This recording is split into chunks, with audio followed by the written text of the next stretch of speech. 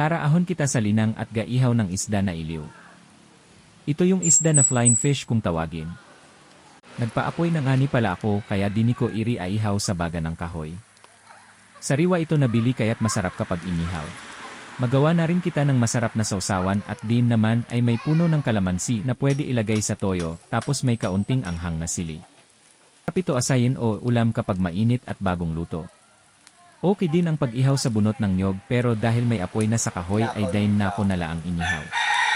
O ayan na luto na lahat pwede na simulan ang pag-ulam pero magaluto pa rin kita ng iba pang ulam na pwede ipareha sa inihaw.